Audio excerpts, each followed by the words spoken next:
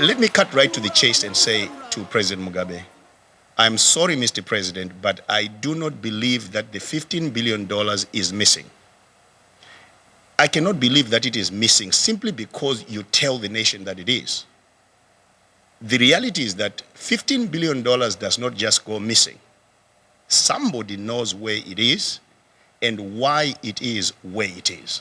My countrymen, if $15 billion was really missing, then Obed Mpofu, the former Minister of Mines, would not be in cabinet today. Not because under his watch the nation was prejudiced, but because of compromising this government's ability to maintain their patronage system. This government wants you and me to believe that it is missing, but lawa iwa manga sibili. It's indeed zinonzi nemachaizo. They want us to believe that it is missing, so we can blame it on carelessness, particularly since most of us have fooled ourselves into believing they are idiots and not the shrewd and cunning politicians that they are.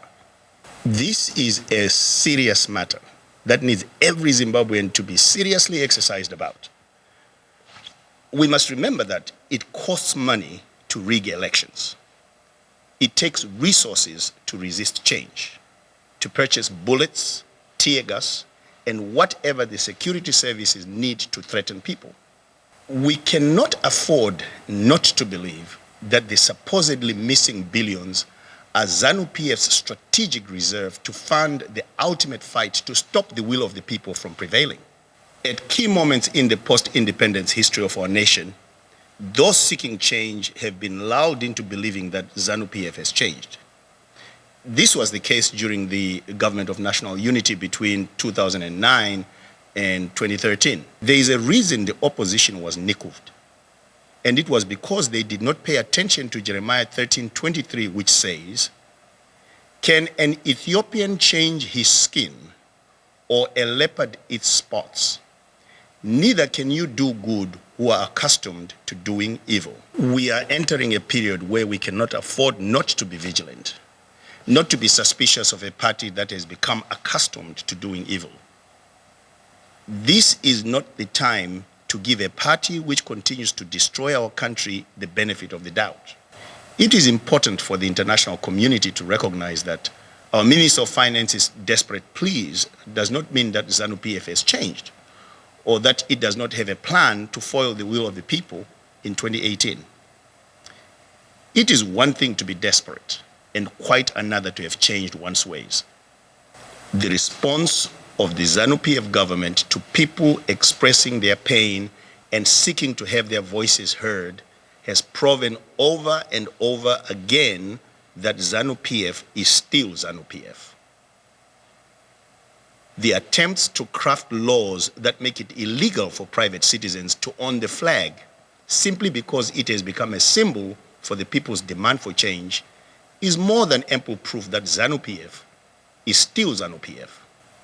The ordering of private and state-owned communication companies to increase the price of internet bundles to ensure that the voices of change are not heard by the people who deserve the change the most is more than enough proof that Zanu PF is still Zanu PF. The attempt to criminalize free expression by draconian cyber terrorism laws is proof that Zanu PF is still Zanu PF. It would be bad enough if this was all. It is important to understand that Zanu PF's number one priority is not making the lives of Zimbabwe citizens better. It is not paying civil servants their salaries on time. It is not making sure that the people and nation's potential and promise are fully actualized. If any of these had been their number one priority, Obed Mpofu and many others would have been fired. The reality is that Zanu PF's number one priority is remaining in power. And I'm sure that they will not just use laws, but go to any lengths, including violence, to do so. President Mugabe, who is known not to issue empty threats, is on record as saying he has degrees in violence. Now, because of this strategic reserve, the blood of innocent Zimbabweans will be spilled unless we accomplish an unprecedented mobilization of Zimbabweans and friends of Zimbabwe who are sympathetic to our cause to say Zanu PF rule must come to an end now. Part of Zanu PF's strategy to remain in power includes changing the rules of the game for everyone else except themselves. You know, during the war, Zanu PF and ZAPU received help not just from the Russians, North Koreans and Chinese who gave them weapons and ammunition. They received material help from individuals, churches, and organizations from all over the world, including the West. They received scholarships from the British Council and the International Institute of Education to study at Western universities. And most were granted asylum because they would have paid with their lives if they returned to Rhodesia. It's not just the idea that 15 billion is missing that is a lie. There is a whole retelling of the story of the struggle that is a lie. It is not just those who crossed the border who paid the price for the independence of this country. Not everyone they called a traitor during the war was a traitor. There's a reason why books such as Zimbabwe Struggles Within a Struggle by the late Masipula Sithole is not found in Zimbabwe's bookstores.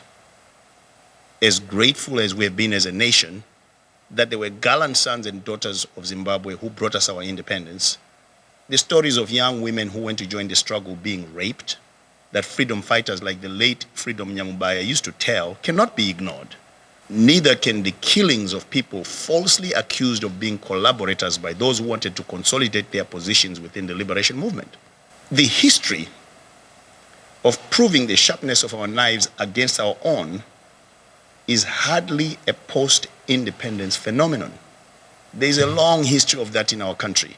Fellow citizens, we have had almost their moments in our country because we have chosen to ignore the obvious. None of what we must conclude about Zanu PF is hidden except to those who choose to be blind. Let me conclude with these words from Jeremiah 21:12. O house of David, thus says the Lord, administer justice every morning and deliver the person who has been robbed from the power of his oppressor, that my wrath may not go forth like fire and burn with none to extinguish it because of the evil of their deeds. There are many who have not only been robbed of material possessions, but of their sons and daughters. Like the 15 billion we are asked to believe is missing, we are also asked to believe that this government has nothing to do with the disappearance of Zimbabwe's sons and daughters like Itai Dzamara, Rashiwe Guja, and others before them. Countrymen, this is Dr. Manyika from Build Zimbabwe saying, do not believe a lie. Is there not a cause?